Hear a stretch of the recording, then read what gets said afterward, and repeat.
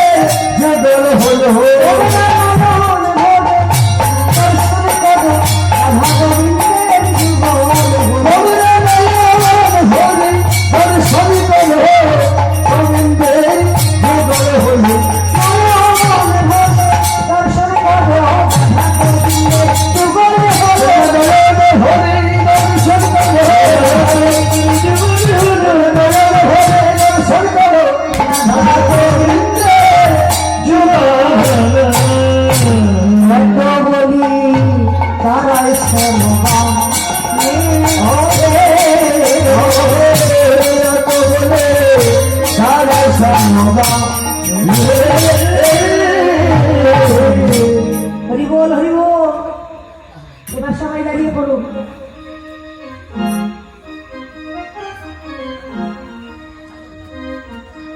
আমার আইনি রে শ্যামিনী রে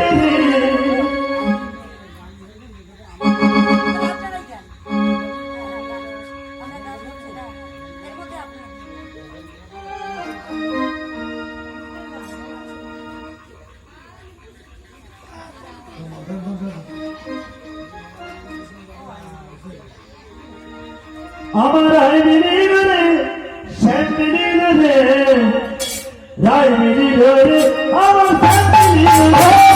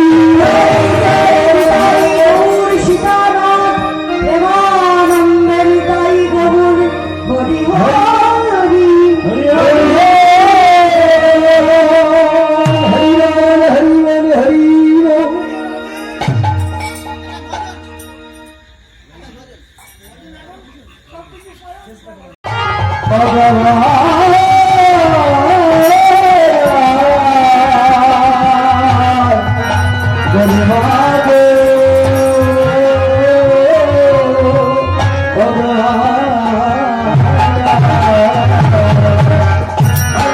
জগত কাঞ্চনে রাধানি সাজাতে যত কাঞ্চনে না খাবি সাজে জগত কাঞ্চনে রাধানি সাজাতে বাজত কিনকিনি ঝাল বাজে তো কেনে যায় অপরূপ তাহে শোভে না হাতে অপরূপ তাতে শোভে না হাতে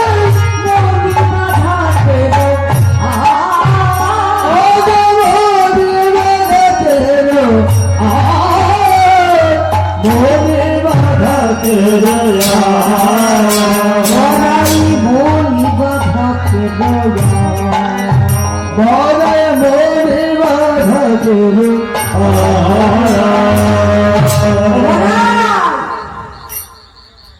ওই নাবিকের নৌকাখানি হিরে মণি মুক্তা দিয়ে সাজানো বড়াই পেল বা কোথায় পেল বা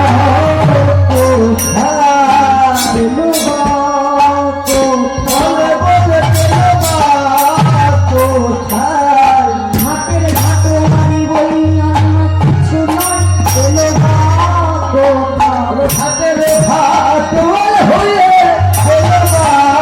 কোথায় এত রজত কাঞ্চন পেল বা কোথায় রচত কাঞ্চন কোথায় পেল? ওমা, যে ঘাটের ঘাটোয়ারি হয়, নাবিক হয়, মাঝি হয়, সে কি ধনী ব্যক্তি হয় নাকি গরিব মানুষ হয়? কোনটা? সাধারণত গরিব মানুষ, তাই না? যে মাঝি হয় তার গরিব মানুষ হয়ে তার নৌকাখানি হিরে মণি মুক্তা বাবা প্রবাল কত কি দিয়ে তৈরি। কোথায় পেল? আমার কি মনে হয় জানিস, ওই নাবিকের স্বভাব একদম ভালো নয়। কোনো এক ধনবান ব্যক্তি প্রচুর ধন সম্পত্তি নিয়ে অসময়ে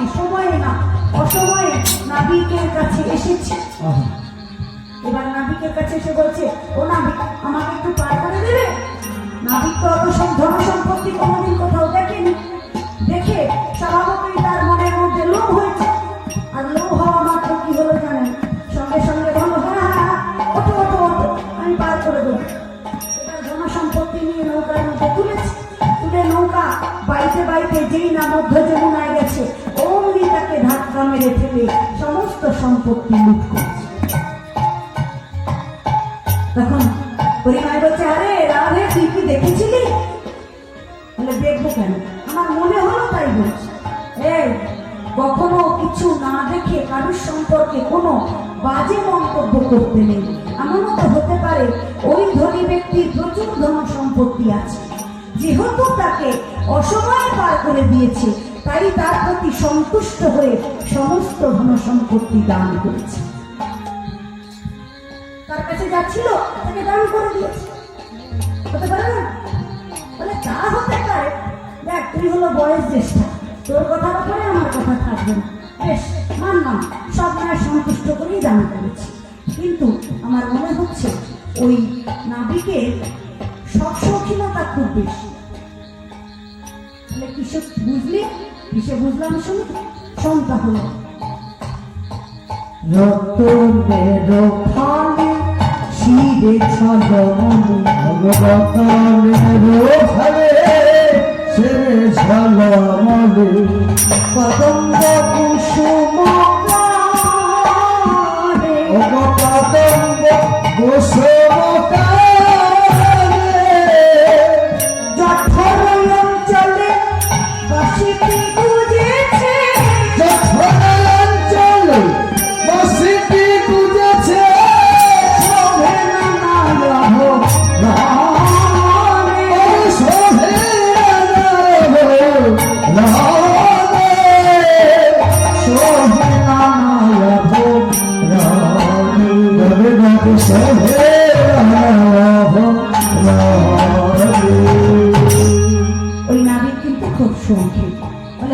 পারে? সে নাবিক বলে কি তার সব শৌখিনতা থাকতে পারে না? উত্তরপ্রদেশের মানুষ মাথায় পাগড়ি বাঁধে, যে যত ধনী তার পাগড়িটিও তত দামি। তার পাগড়ি বেঁধেছে, কদম্ব কুসুম কানে দিয়েছে, জঠর অঞ্চলে নানা আভরণ দিয়ে বাঁশি ভিজেছে। ওরা ওই নাবিকের কিন্তু মনে হচ্ছে একটু চরিত্রেরও গন্ডগোল আছে। আবল তাবল কথা বলিস না যাত্রার নামে। সেটা আবার কেমন করে বুঝলি? কেমন করে বুঝলাম শুনবি? শুনতাম। হাসিতে হাসিতে গীত আলাপি, হাসিতে হাসিতে গীত আলাপিছে, গাইছে রাম আখি, ধুলাইছে আখি, চাপাইয়া না জানি ওরে চাপাইয়া না জানি কি চাই, চঞ্চল উহারে দেখি, ওরে চাপাইয়া না কি জানি কি চাই, চঞ্চল হারে রাখি, চঞ্চল হারে আমার চঞ্চল হারে। ওরা ওই মৃদু মৃদু হাসছে আর নৌকাটি ধীরে ধীরে বাইছে। বাইতে বাইতে কি করছে জানিস? বলি আমা কানে চেয়ে আছে, আমার পরে আছে বলি আমার কানে চেয়ে আছে,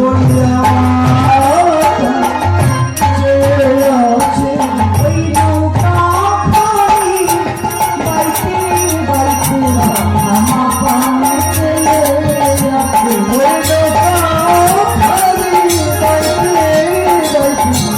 বাইতে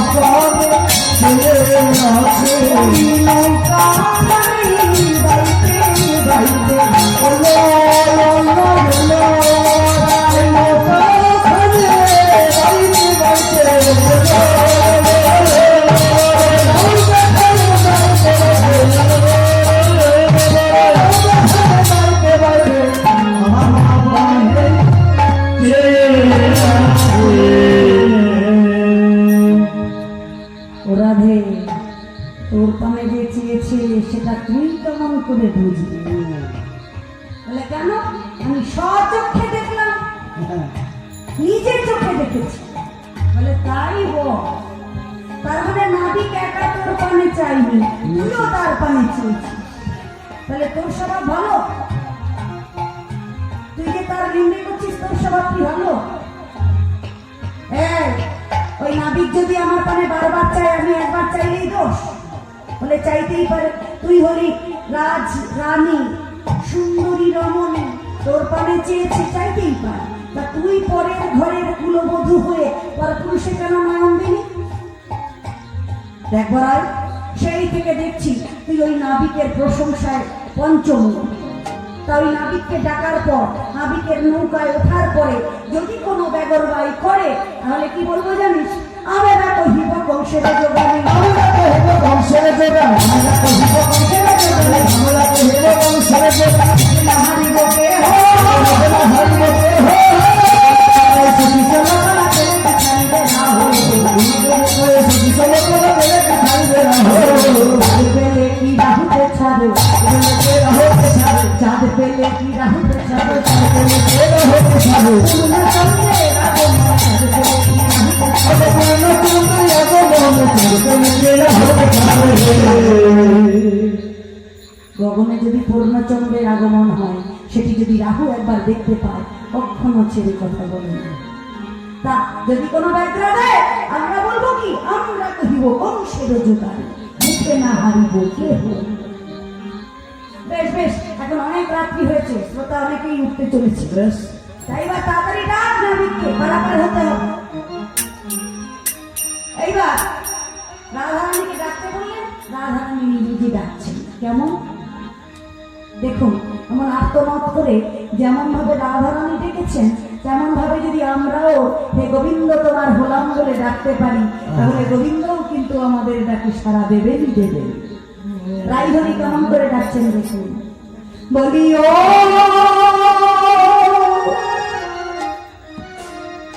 নাইয়া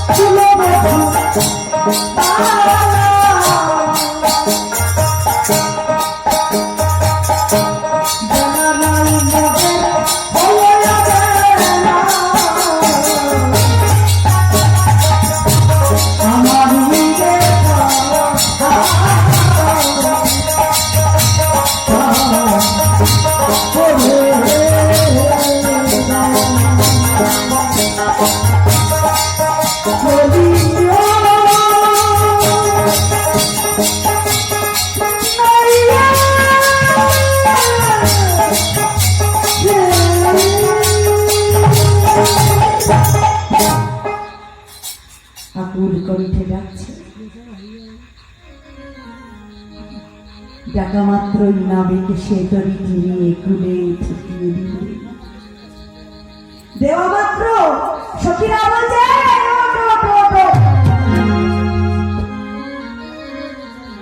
যেই না বলেছে ও অমনি নাবিক আগলে দাঁড়িয়েছেন। কোথায় উঠছ? বলে কেন তোমার নৌকাতে? নৌকাতে উঠছি। বলে নৌকায় উঠছো মানে? নৌকায় উঠতে গেলে কড়ি দিতে হয় জানো না? বলে কড়ি? কড়ি কোথায় পাবো? আগে 2 ঘর বেচা কেনা করে আসি, তবে তো তোমাকে কড়ি দেবো। তার মানে কি ঘাট? কড়ি তো আমার ঘাটে হয় না। আজ নগদ কাল ধার, ধারের পায়ে নমস্কার। আমার ঘাট যে একবার পার হয়ে চলে যায় সে তো আমাকে আর মনে রাখে না। মনে রাখে রাখি? বিপদে পড়লে হে মধুসূদন রক্ষা করো, রক্ষা করো। যখন বিপদ পার হয়ে যায় আর মধুসূদনকে চিনে দাও। তাই আমার ঘাটে কোনো ধারে কারবার হয় না। তখন এক সখী একখানা দিয়ে বলছে, শোনো শোনো, তুমি তো পার করে দেবে, করি ছাড়া নয়, করি নিয়ে পার করবে, তা না? শোনো নাবি, এক আনা দিব করি, তারপরে বলে নদী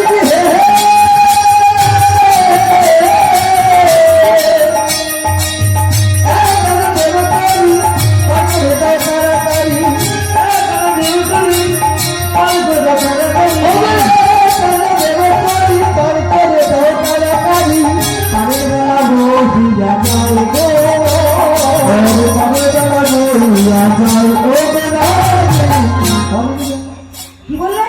একা না হবে না, হবে না, হবে।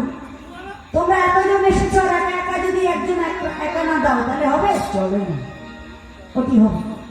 তাহলে বেশ আমি দুয়ানা নাও, বলে হয়ে যাবে দুমনা। হয়ে যাবে দেবনা।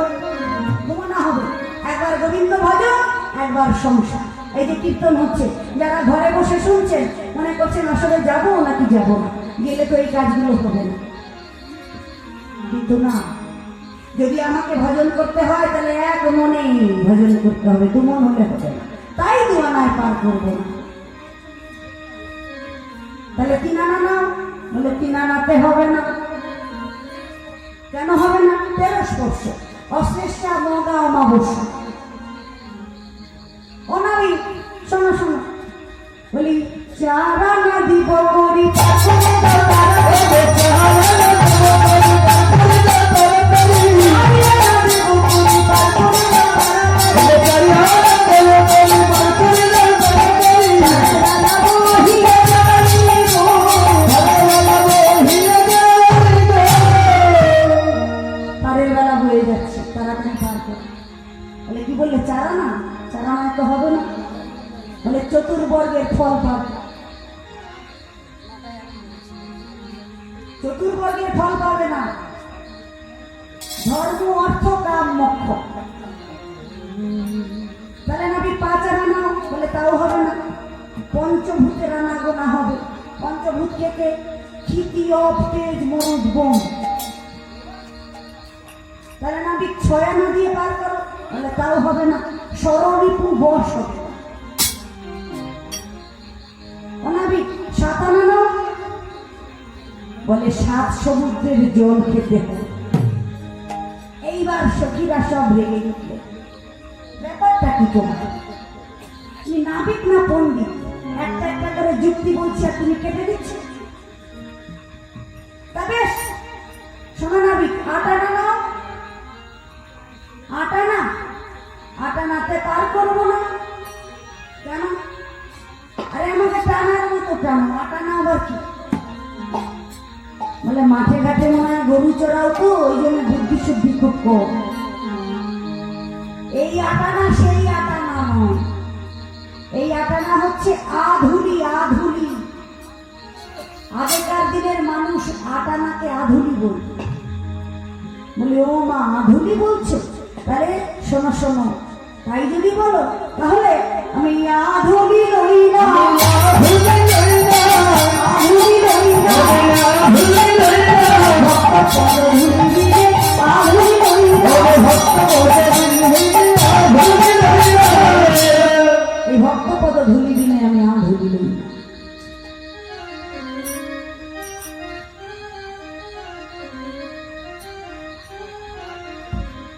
বললে তাহলে 9 আনা। বললে 9 আনা মানে কি জানো? 9 শব্দের অর্থ হচ্ছে নূতন। আমি নূতন মানুষ দেখে তোমাদের মনে হলো আমি হলাম 3 যুগের পুরানো, সত্য ত্রেতা দাপর। তার মধ্যে আমার নৌকা খানিও 3 যুগের পুরানো। আমি তাই বুঝি? তাহলে নৌকায় আবার ফাটা ফুটো নেই তো, জল উঠবে না তো, ডুবে মরবো না তো? বলে ওদিকে কোনো চিন্তা নেই। আচ্ছা না, তুমি ঠিক করে বলো তো কত দিয়ে পার করে দেবে? বলে সমস্যা, আমি পার করবো তখনই যখন তোমরা আমাকে 16 আনা দেবে। তখন সখীরা নিরুপায় হয়ে কি করলো দেখুন, 1 সখী 16 আনা দিয়ে আবার নৌকার মধ্যে উঠছে। উঠতে গিয়ে বলছে না না না, 116 আনায় সবাই, তা হবে না। শোনো শোনো, আমি জনে জনে নিব 16 আনা, জনে জনে নেব 16 আনা,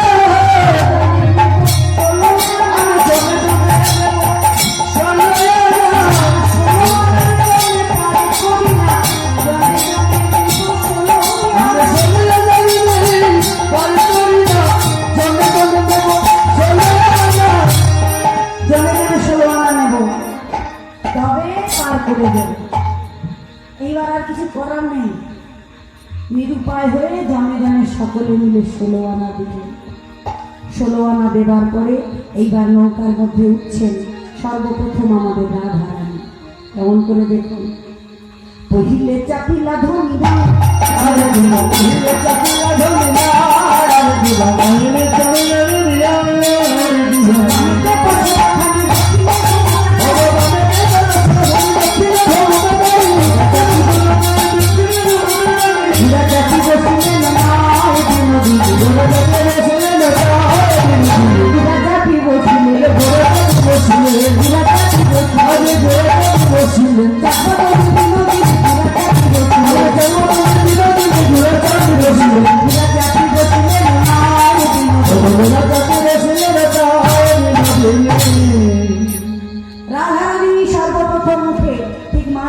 বসেছে আর পসরার থালিগুলো মাঝখানে আছে।